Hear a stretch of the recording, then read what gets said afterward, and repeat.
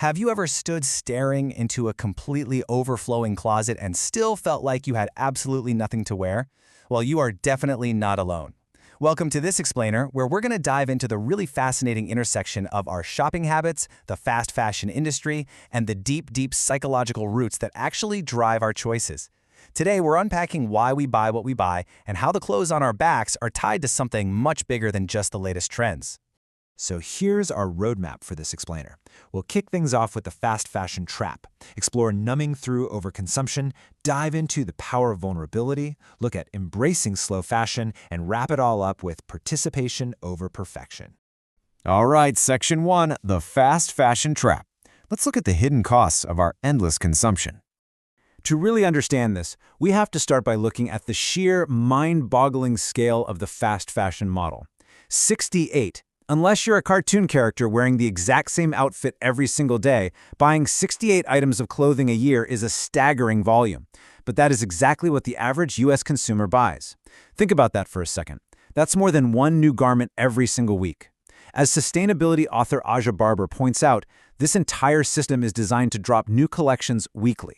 It creates this normalized culture of absolute overconsumption, all pushed by corporations that are demanding endless growth on a finite planet. And the macro impact of those habits?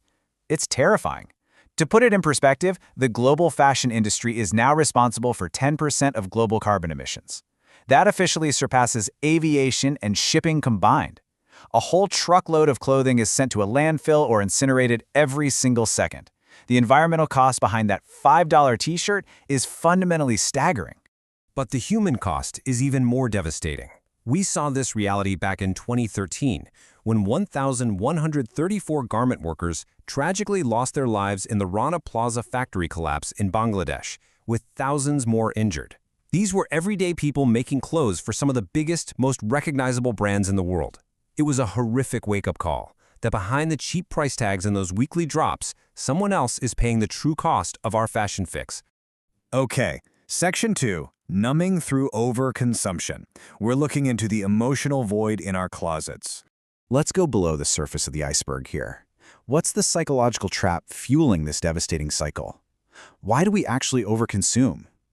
You know, we often buy things like luxury bags or super trendy outfits, not because we genuinely need them, but because we're desperately trying to control how the world sees and treats us.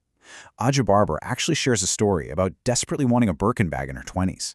Not because she even liked the design, but because she honestly believed the world would finally take her seriously if she had it.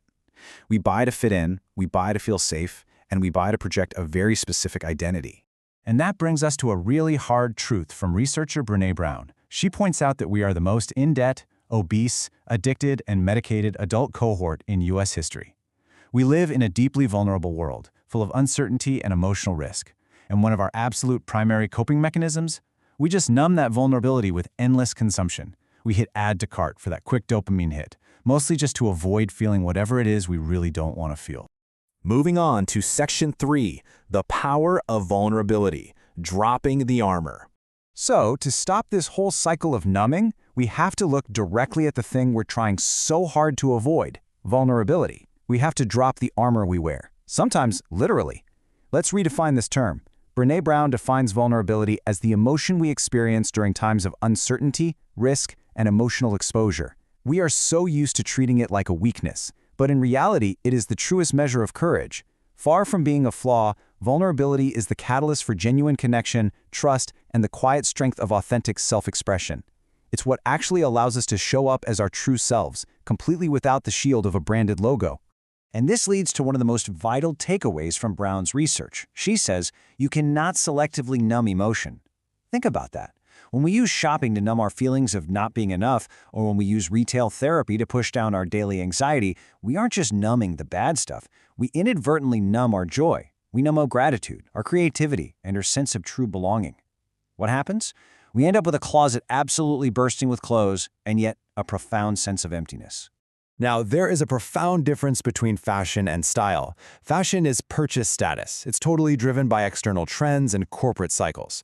But style? Style is authentic expression and internal confidence. Brands like OKA Apparel are really hitting the nail on the head here, highlighting this exact intersection. They show how what we wear can actually function as a mental health tool when we choose it authentically. Cultivating your style is a mindful practice of knowing who you truly are. You absolutely don't need 68 new items a year to have style. Section 4. Embracing slow fashion and learning to wear your haven. Slow fashion isn't about setting up a bunch of rigid rules or checking boxes. It's a fundamental lifestyle shift. It's this beautiful intersection of environmental consideration, ethical choices, and your mental well-being. It looks like mending garments, shopping secondhand, choosing natural fibers, or supporting fair-wage brands.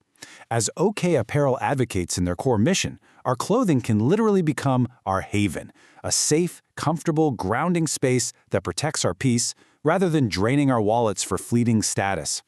Whether you take up knitting, weaving, or honestly just learn how to mend a simple button, these mindful activities completely transform fashion. It goes from being something disposable into a treasured story of who we are. Imagine taking 40 hours to knit a sweater. That completely changes how you view a garment, right? It reconnects you with your body and your values. It teaches patience, and it replaces that instant gratification of fast fashion with a really deep, lasting appreciation. And finally, Section 5, Participation over Perfection. Let's look at some mindful tools for everyday living. So how do we actually step off this fast fashion treadmill in our real daily lives? Well, here is a mindful consumption toolkit you can literally start using today. First, identify your emotional triggers. Ask yourself, are you shopping right now because you're sad or stressed? Second, shop your own closet first. Creativity is a muscle, and restyling what you already own builds that muscle.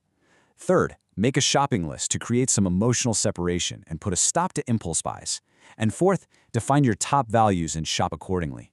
By tracking what we buy and asking ourselves what we truly need, we can strip away all that marketing noise and take back control of our self-worth. And please hear this loud and clear. Slow fashion is about participation, not perfection. A key pillar of OKA Apparel's philosophy is the resolution to wholeheartedly embrace imperfection. If you get overwhelmed trying to be a 100% perfectly sustainable consumer, you'll probably just burn out and fall right back into old habits. So abandon the guilt. Embrace your authentic, wonderfully imperfect self. Remember, someone else's version of perfection does not have to look like yours. If you buy just one second-hand item this year instead of a new one, that is a massive victory. Just aim for intentional, mindful choices. As we wrap up this explainer, I want to leave you with one final provocative thought to carry with you.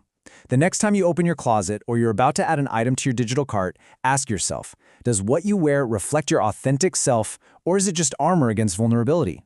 Dropping that armor takes immense courage, for sure, but it is the only way to build a wardrobe and ultimately a life of true meaning. Thanks so much for joining me on this journey, and I really hope it sparks a totally new perspective the next time you get dressed.